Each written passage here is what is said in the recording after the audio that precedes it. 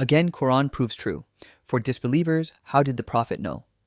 How did Muhammad, peace be upon him, know details about Cyrus the Great that would not be rediscovered for more than 1,000 years?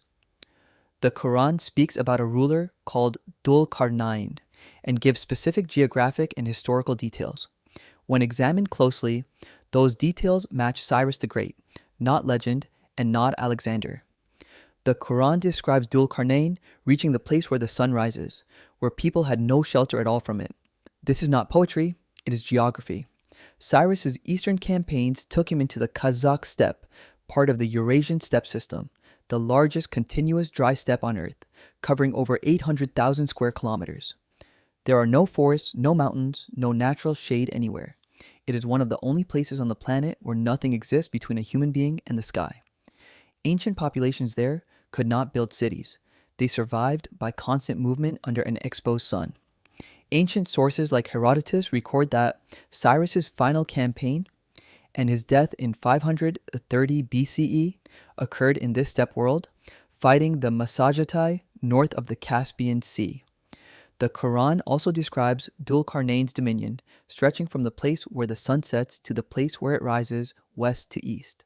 This precisely matches the true span of Cyrus's empire. To the west, Cyrus conquered Lydia in Anatolia in 547 BCE, reaching the Aegean world. To the east, his rule extended deep into Central Asia, toward the borders of India. In the 7th century, people believed Alexander conquered the world. The Quran does not repeat that legend. It gets the geography right. The Quran calls this ruler Dhul-Qarnayn, the possessor of 2 horns. The Bible explains this symbol directly.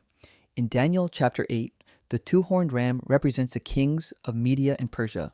Cyrus is the ruler who united Media and Persia into one empire. The Quran also places Dhul-Qarnayn at the place where the sun sets, appearing to set into muddy water. This matches Western Anatolia, a region famous since antiquity for dark, mineral-rich thermal springs near Sardes, Pamukkale, and Sultania. At sunset, the sun visually sinks into this dark, muddy horizon. Finally, the Quran describes Dhul-Qarnayn building a barrier against Gog and Magog in a mountainous northern frontier. Christians of the time believed this barrier was built by Alexander in the wrong location.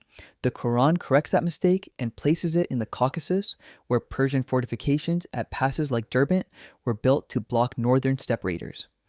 The largest treeless steppe on Earth, the true east-west span of the Persian Empire, the Medes and Persians identified in Daniel, the muddy springs of Anatolia, the Caucasus defenses against northern invaders. This information was not available in 7th century Arabia. It contradicts the popular legends of the time, and it aligns with history only rediscovered centuries later. The Jews of his time challenged him to tell them about the anointed Messiah in the Torah, Cyrus. And then Surah Al-Kahf came down, revealing these details about Dhul-Qarnayn.